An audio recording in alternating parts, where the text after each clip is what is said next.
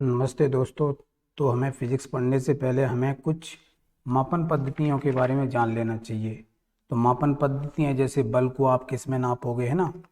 बल को आप किस में मापोगे, है ना। द्रव्यमान को आप किस में मापोगे, है ना। इसी तरीके समय को आप किस में मापोगे, लंबाई को आप किस में मापोगे, है ना। विद्युत धारा को आप किस में मापोगे। तो इनको किसी ना किसी में तो मापते ही होंगे। जैसे कि आपको पता है वजन वजन किस में नापते हैं, आप जानते हो किलोग्राम में नापते हैं कि नहीं नापते हैं, ना। इसी तरह समय को कहाँ में नापते हैं, सेकेंड में। तो कुछ हमें कुछ राशियां पढ़ने पड़ेंगी और वो चीज हम किस में मापते हैं ये पढ़ना होगा। इसके लिए हमें कुछ मापन पद्धतियां पता होना चाहिए। तो हेडिंग डालिए सबसे पहले मापन पद्धतियां। मापन पद्धतियां, okay. Measurement system, measurement system, okay. तो बेटा ये मापन जो पद्धतियां होती हैं मेनली तीन तरीके की होती हैं। कितने तरीके की होती हैं बेटा, तीन तरीके की। ओके। पहली होती है बेटा कौन सी, पहली आपकी होती है CGS और दूसरी होती है बेटा MKS और तीसरी अपनी होती है तुम्हारी FPS। ओके बेटा। तो बात आती है अपन को किस किस को नापना है बेटा, पहले लंबाई को और द्रव्यमान को और समय को। हाल फिलहाल के लिए ये तीन राशियां, पहले ये तीन किसमें नापते हैं ये पढ़ते हैं, ठीक है ना बेटा। तो लंबाई जैसे कि आपको पता है दूरी, दूरी भी होती है, वो लंबाई होती है एक तरीके की। उसी तरीके से विस्थापन, विस्थापन बेटा दूरी को कहते हैं, वो भी होती है ना एक तरीके की। जिनको हम कहाँ में नापते हैं, लंबाई में। किसको नापते हैं, पहले मीटर में नाप लेते हैं, सेंटीमीटर में नाप लेते हैं, फुट में नाप लेते हैं, है ना। पूछते हैं तुम्हारा पैर कितने फुट का लंबा है। तो यानी लंबाई हमेशा मीटर, सेंटीमीटर, फुट, किलोमीटर में मापते हैं। तो आइए जानते हैं सबसे पहले कि लंबाई को CGS पद्धति में किस में नापते हैं। तो C का मतलब क्या है बेटा, सेंटीमीटर। क्या है, C4 क्या है, सेंटीमीटर, सेंटीमीटर। उसी तरीके से G का मतलब क्या है बेटा, G का मतलब है ग्राम। ओके। उसी तरीके से S का मतलब क्या है, S का मतलब है सेकेंड। बात आई समझ में कि नहीं। तो CGS पद्धति में कोई अगर पूछ ले ये बताइए CGS पद्धति में लंबाई किस में नापते हैं, तो उसी में लिखा हुआ है C का मतलब ही सेंटीमीटर है, यानी कि लंबाई को सेंटीमीटर में नाप लेंगे। उसी तरीके से CGS पद्धति में जो तुम्हारा द्रव्यमान है उसमें G लिखा है ना, तो ग्राम में नाप लेंगे। उसी तरीके से समय को कहाँ नाप लेंगे, सेकेंड में नाप लेंगे। ओके। अब जानते हैं MKS पद्धति में। तो लंबाई किस में नापती है बेटा, इसमें मीटर में। M मतलब क्या होता है, मीटर। ओके। उसी तरीके से ग्राम को द्रव्यमान जो दे रखा है, द्रव्यमान नहीं समझ में आ रहा बेटा, द्रव्यमान का मतलब होता है वजन, 1 किलो 2 किलो, है ना, ये चीज होती है। अब बात आती है, हाँ तो मैं ये चल बता रहा था, तो द्रव्यमान को क्या में नापते हैं, इसे नापते हैं किलोग्राम में। ओके। अब एस का मतलब क्या है, एस का मतलब है यहाँ सेकंड, यानी समय को किस में नापते हैं, सेकंड। ओके बेटा। चलिए उसी तरीके से FPS पद्धति में जो तुम्हारी लंबाई होती है वो F में नपती है, F का मतलब है फुट। ओके। उसी तरीके से द्रव्यमान को किस में नापते हैं, P4 पौंड। ओके। उसी तरीके से समय को क्या में नापते हैं बेटा, सेकंड में। यानी कि तीनों में हमने एक चीज देखने की कोशिश करी कि समय को तो सेकंड सेकंड में नाप रहे हैं, राइट। अब कभी अगर मैं पूछ लूं बताइए सबसे पहले CGS पद्धति में द्रव्यमान कहाँ में नापेगा, तो द्रव्यमान का मतलब होता है वजन। क्या वजन सेंटीमीटर में नापोगे कि ग्राम में नापोगे, तुम कहो ग्राम में। उसी तरीके से MKS पद्धति में द्रव्यमान कहाँ में नापेगा, मीटर में कि किलोग्राम में कि सेकेंड में। तो भाई मीटर में तो दूरी नपती है ना, तो किलोग्राम बोलेंगे, राइट। वजन कहाँ में नपता है, किलोग्राम में। उसी तरीके से FPS पद्धति में वजन कहाँ में नापेंगे बेटा, बताओ, पौंड में। ओके। तो उम्मीद है ये बात आपको क्लियरली समझ में आ चुकी होगी। तो आगे चल के क्या है ना बेटा, अब बात आती है ये तीनों पद्धतियों में, क्योंकि दुनिया भर में तीनों पद्धति तो नहीं चलेंगी। लाइक मैंने मान लिया इंडिया में कोई चीज, मान लो लंबाई नपती है सेंटीमीटर में, राइट, और अमेरिका में मान लो फुट में नपती है।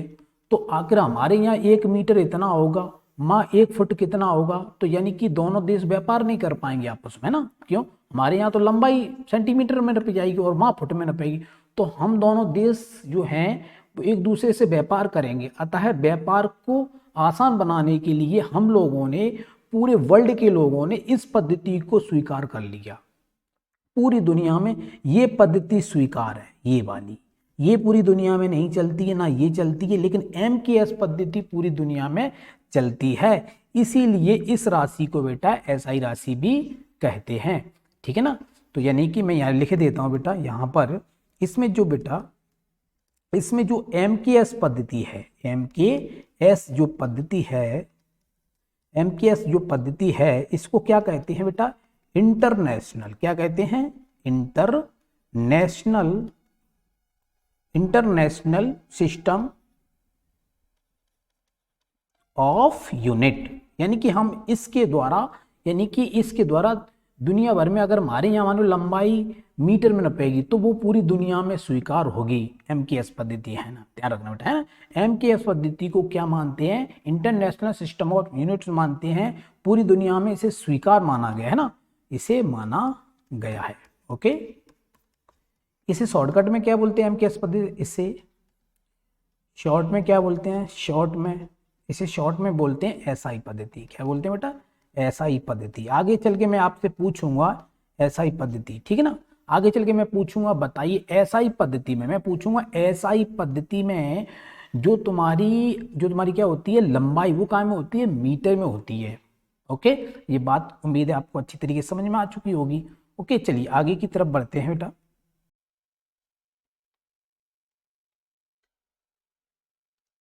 हाँ, तो SI जो पद्धति होती है, SI या फिर इसी को क्या बोलते हैं? MKS पद्धति, राइट, MKS पद्धति। तो इसमें जो होता है पद्धति माने सिस्टम, ठीक है ना। तो जो MKS पद्धति होती है, फिर SI जो पद्धति होती है, उसमें मेनली 7 राशियां रखी गई। कितनी रखी गई बेटा? 7 राशियां। तो मैं पूछूंगा MKS पद्धति में कितनी राशियां हैं? मैंने तो आपको कितनी पढ़ाई थी यहाँ पर थोड़ी देर पहले, मैंने आपको कितनी बताई थी? बताना बेटा। मैंने आपको बताई है 3 नहीं, 1 2 3, लेकिन है कितनी है? 7 राशियां। कितनी है बेटा? 7 राशियां। तो जिन्हें हम क्या बोलते हैं? जिन्हें वे जो 7 राशियां रखी गई हैं MKS पद्धति में, उन्हें हम क्या बोलते हैं? जिन्हें हम क्या बोलते हैं? मूल राशियां कहते हैं। क्या कहते हैं? मूल राशि।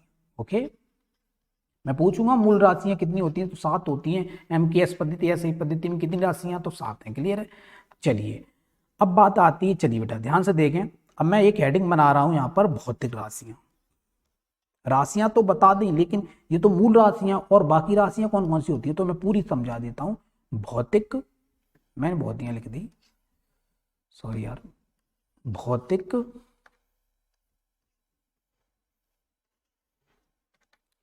भौतिक राशि।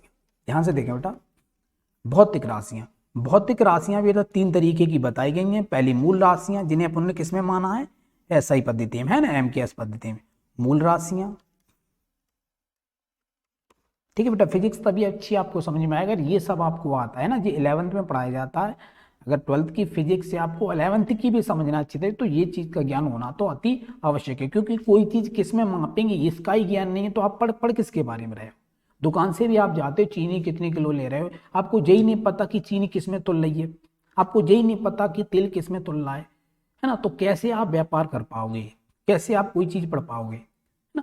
तो किसी भी अध्ययन को मजबूत बनाना है तो भौतिक राशियों का अध्ययन आपको करना ही पड़ेगा, फिजिकल क्वांटिटी का अध्ययन करना पड़ेगा आपको। ओके बेटा,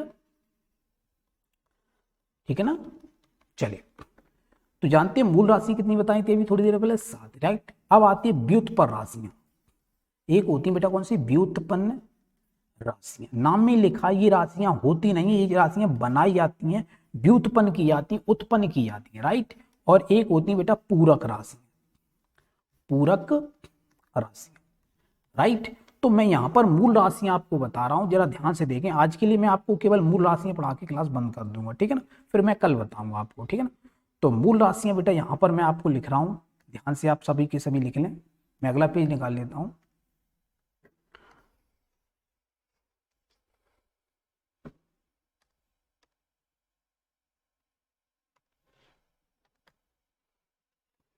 जल्दी फटाफट, साथ में पेन लेके बैठे।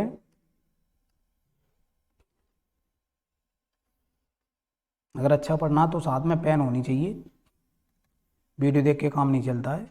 तो मूल राशि, और इसके नोट्स बना लेना, ठीक है ना। मात्रक, और संडे के दिन हम क्लास में पूरा के पूरा रिवीजन रखा करेंगे। ओके, तो आप नहीं आ पा रहे तो संडे के दिन कम से कम आप यहाँ पर रिवीजन जरूर करें। तो चलिए, ताकि आपको आपकी पढ़ाई बर्बाद बिल्कुल ना हो। चलिए, तो मात्रा के इकाई ध्यान से देंगे बेटा। तो नंबर 1 क्या है? द्रव्यमान, है ना। दूसरा क्या होता है बेटा? दूसरा बताओ, लंबाई। तीसरा क्या बताया था? बताओ बताओ जल्दी, समय। राइट, यही तो 3 बताए थे। और चौथा क्या बताया था? चौथा भी बताया नहीं है, विद्युत धारा।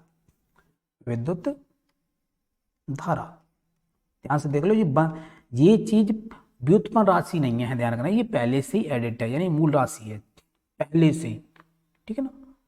पदार्थ की मात्रा, पदार्थ की मात्रा। और छठवीं क्या होती बेटा? ताप। ताप होता है, फिर सातवीं होती है आपकी ज्योति तीव्रता। ज्योति तीव्रता, ज्योति तीव्रता मतलब प्रकाश, है ना, एक तरीका का। चलिए, अब ध्यान से देखें तो बताओ ना बेटा फटाफट, मात्रा क्या होता है? द्रव्यमान किसमें नापते हैं? बताओ, MKS पद्धति में भूल गए यार, इतनी जल्दी। के देखो, ये लिखा हुआ है किलोग्राम में। Okay, kilogram. आगे बढ़ते हैं बेटा। लंबाई को किसमें बताया था? बताओ, ये लिखा है मीटर। ओके, चलिए, समय को किसमें बताया था? बताओ, ये लिखा है सेकेंड। ओके, विद्युत धारा को देखें। विद्युत धारा को बेटा एम्पियर में, किसमें? एम्पियर में। ये आपको याद रखना पड़ेगी। 11th में अपने उसमें पढ़ा होगा, 10th क्लास में बहुत अच्छी तरीके। विद्युत धारा को किसमें नापते हैं? एम्पियर में। या 12 पे आप लोगों ने, आपके यहाँ अगर 12 होगा तो घड़ी या स्टार्टर पे देखना ए लिखा रहता है, एक में V लिखा रहता है। 2 घड़ियाँ होती हैं, V का मतलब वोल्टेज है, वोल्टेज नापेगी। और एक घड़ी में ए लिखा रहता है, वो क्या नापती? विद्युत धारा नापती, क्योंकि एम्पियर में नापती विद्युत धारा, इसलिए उस घड़ी के ऊपर क्या लिखा रहता है? ए। क्लियर है, वो विद्युत धारा को नापती है। अब पदार्थ की मात्रा, इससे नापते हैं अपने बेटा, किसमें नापते हैं? मोल में, ठीक है ना। उसी तरीके से, है ना, जैसे कि वजन को किस में नाप रहा है? किलोग्राम में, ऐसे पदार्थ की मात्रा को मोल में नाप लेंगे, ठीक है ना। इसी तरीके से ताप, ताप को किस में नापेंगे? केल्विन में। ओके, उसी तरीके से तुम्हारी ज्योति तीव्रता को किस में नापेंगे? कैंडल में, ठीक है ना। चलिए, उम्मीद है ये तीनों तो आपको याद होंगी बहुत अच्छी तरीके, राइट। विद्युत धारा को आपने 10th क्लास में पढ़ा, ये भी याद होगा। दिक्कत आती किसमें? पदार्थ। आप कोई पदार्थ खरीद, अब मैं ट्रिक बता रहा हूँ, ध्यान से देखें, ताकि ये भी याद हो जाए। कहीं कोई पदार्थ आप मार्केट से खरीद जाते हो तो मोल ही तो लेते हो कि फ्री में दे देता है? तो कहो पदार्थ की मात्रा जब भी हम लेंगे तो मोल ही देगा, फ्री में तो कोई देगा नहीं। तो पदार्थ की मात्रा क्या होगी? मोल होगी। क्लियर है। अब ज्योति तीव्रता की थोड़ी जल्दी। ज्योति और तीव्रता, ज्योति मानी क्या होती है? प्रकाश, यानी कि एक तरीके की तुम्हारी वो करते हैं, अपन लोग करते हैं ज्योति किसी की करते हैं, जैसे भगवान की ज्योति करते हैं, सुबह शाम ज्योति होती कि नहीं होती? तो ज्योति कैसे होती है? ज्योति यानी कि उसमें से प्रकाश निकलता है, यानी हम कैंडल को भी अगर जलाएंगे, मोमबत्ती को भी जलाएं तो भी प्रकाश निकलेगा। तो ज्योति संबंध कैंडल का बना लें। ओके, एक याद कर लें तो आपको कैलविन। क्लियर है। तो आज की क्लास खत्म करते हैं बेटा। कल तक मुझे हर हालत में, चाहे कुछ भी हो जाए, ध्यान रख लेना, ये पूरा याद चाहिए। ओके, मुझे व्हाट्सएप पे आप जरूर पूरा याद कर लेना, फिर बिना देख के लिख के दिखाना ईमानदारी से, और अच्छी तरीके से फेयर बनाना, ठीक है ना। Okay, bye.